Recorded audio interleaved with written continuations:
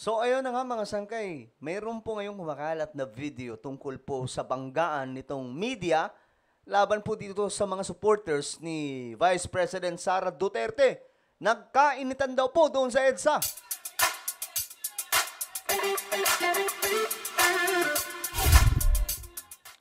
Hello guys, what's up? Magandang oras po sa inyong lahat, sa lahat ng mga nanonood ngayon ng mga solid sangkay.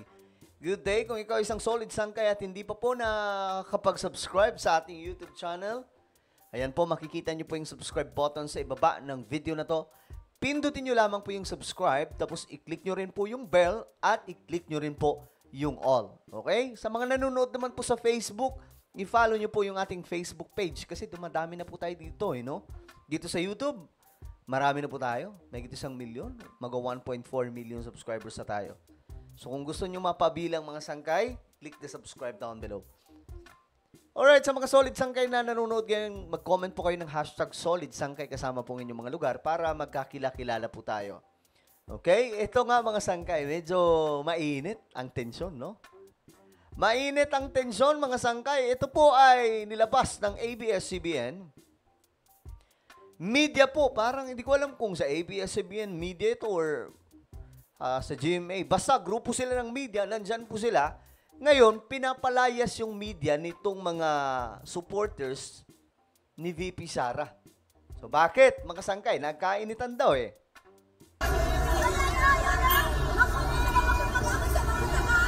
Ayan, sa EDSA po ito mga sangkay ha, sa EDSA kasi ngayon, may iilang tao doon sa EDSA. Hindi naman po talaga sila ganun karami, kakaunti lang, no?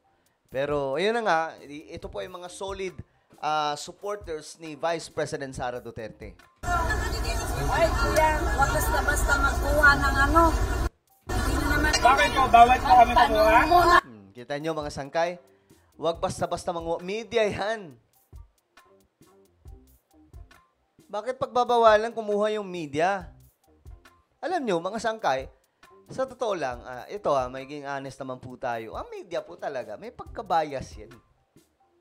Dati pa naman, bias po talaga sila magbalita. Kung sino lamang po yung pinapaboran nila, dun sila. Pero hindi po natin pwedeng pigilan yan, lalong-lalo na nasa public kayo. Nandyan kayo sa public. EDSA kaya yan. Diba? Bakit yung pipigilan? EDSA po yan.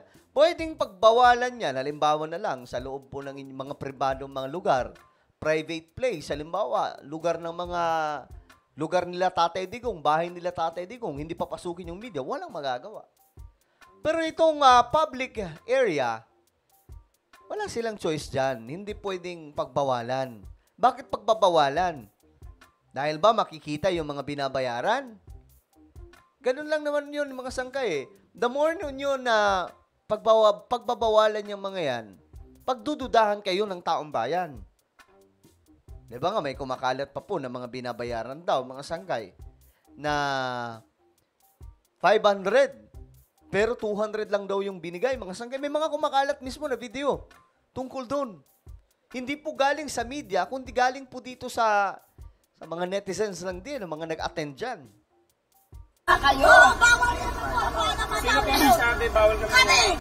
Bakit po? Bawal! Sinungaling kasi kayo. Sabi po ni Eric, pwede naman kami dito. Bakit po sinasabi niyo bawal kami? Kasi hindi nyo nilalabas yung totoong Teka lang kwento. ma'am, siya muna.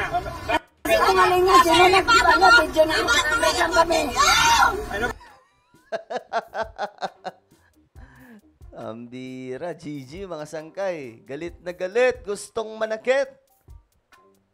Ma'am? Oh, sige. Sige, ito naman si ma'am. Tanong natin si ma'am. Minura pa si Sir. Parang taga-GMA ata ito, mga sangkay. Pero may mga kasama po din po silang media. Ayan po, may taga-TV5, may taga-ABS-CBN. Ano po ma'am, sabi niyo po? Ano po sabi niyo? Grabe, no? Ba't ganun yung attitude, guys? Wag naman ganun. Alam ko, may problema talaga sila sa media kasi feeling nila hindi binabalita yung totoo or di kaya nakukulangan sila sa pagbabalita. Pero buti nga kino-cover sila ng media, mga sangkay, no? Ang media po kasi, Kahit pa paano, may malawak po yan na network para magbalita, mga sangkay. Po ni Ka Eric, pwede kami Mga sinungaling kasi kayo. So, yun, mga sinungaling, tama nga tayo. Ay ayaw nila, yung media dyan, kasi feeling nila, nagsisinungaling ang media. Hindi nyo pinabalita yung totoo. Ayun, yun na nga yun. Oh, in-FU pa, mga sangkay. Pinatyo. Oh, tingnan nyo to. Alam nyo, mga sangkay. Tingnan ito, ha. Huli ka. Huli ka, Balbon. Ayan po, oh. Ngayon, ang sasabihin tuloy dito ng maraming mga kababayan natin, mana-mana lang. Sino ba mahilig suguman yan, di ba? Sino ba yung mahilig magmura? Mismong si Vice President Sara Duterte, di ba? Ay, nako po. Ay, nako po. Hindi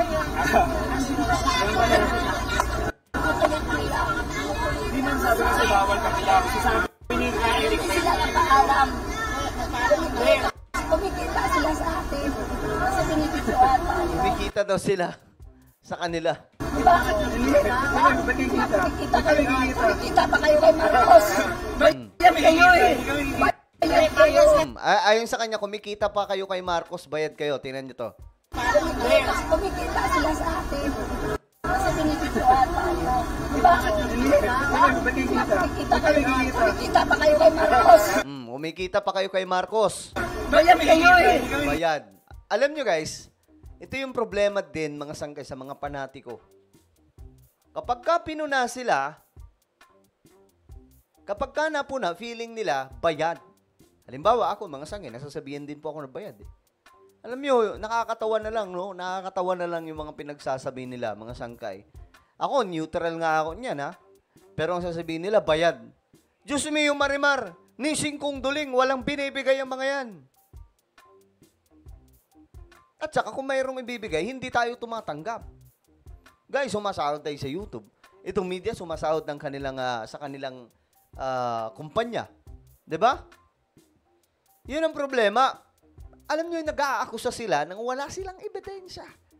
Bayad. Pwede natin ibalik yun sa kanila. Bayad kayo, kaya andyan kayo sa EDSA. Daw, kanina nga, nag-live ako, mga sangkay. Sabi nang nag-comment, magkano daw yung bayad? Feeling ata nila, naghihirap ako. Di naman ako naghihirap. Sumasahod kami sa YouTube. Di namin kailangan ng bayad ng kahit na sino. Diba? Ako, mga sangay, masasabi ko na may dangal pa rin ako mayaharap sa maraming mga kababayan natin dahil never po tayo tumanggap. Ito ito mga sangkay. Mga DDS, ang lagi po nilang inaakusa, kapag hindi ka parehas ang paniniwala sa kanila, bayad. Ewan ko sa inyo. Bayad kayo kasi yung mga sinungaling. Di pa sino po nagsabing bawal kami kumuha? Sinungaling kayo. Hindi, sino po may sabi? Gusto lang namin malaman. Bayad kayo.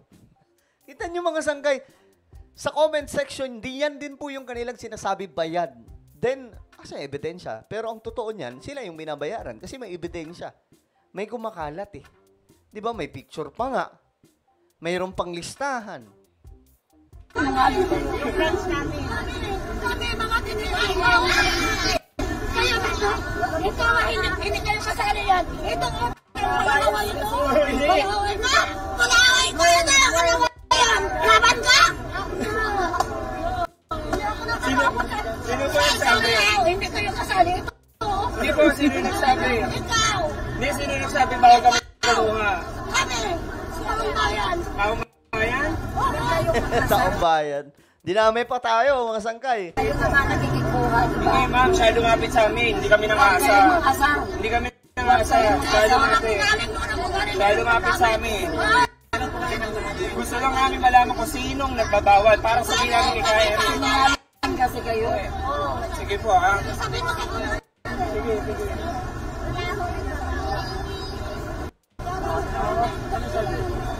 Ma'am, may nagbabawal, ma'am? Wala raw, Ano? Alam nyo mga sangkay, malabo to mag-succeed eh. Malabo to mga sangkay kasi kakaunti lamang po talaga eh. Alam nyo ba na ang kailangan nilang makuha dyan, milyon-milyong tao. pupunta sa EDSA. Eh, yung Metro Manila, mga sangkay, kakaunti lamang po yung supporters ni VP Sara. So, papaano yan? Diba? Ito lang ang patunay. Kung sobrang daming supporters ni VP Sara sa Metro Manila, dapat andyan na po yan, sobrang dami. Puno agad ang EDSA, pero wala, mga sangkay.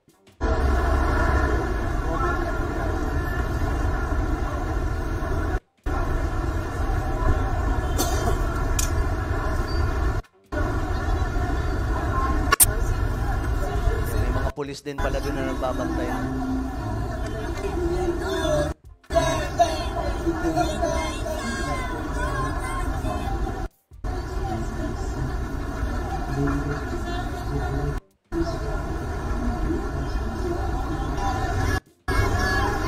Kita nyo? Wala mga sangkay, kaunti lang po talaga. Malabo to maging successful kung ganito lamang po kaunti. Pang ano na ata nila? Pang 3 days or 4 days na sa EDSA.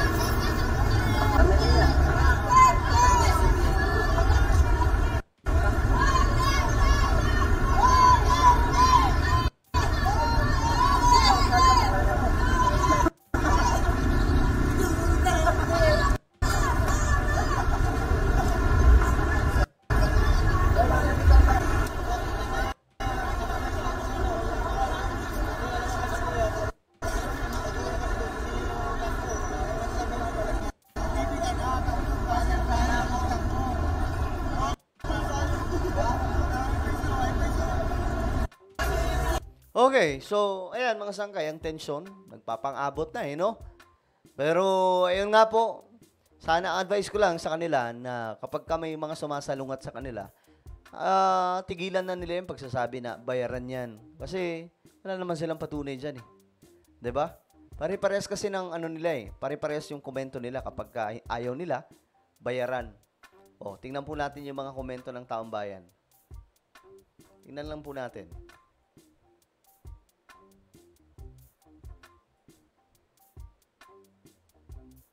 Ayan.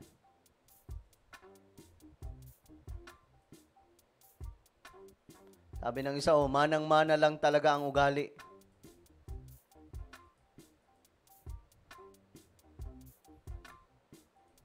Tayo.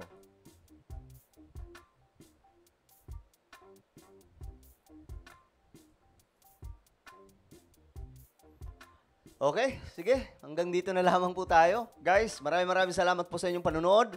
Ano po ang inyong komento sa ating napag-usapan ngayon? Just comment down below. Ano po ay magpapaalam, mag-iingat po ang lahat. God bless everyone.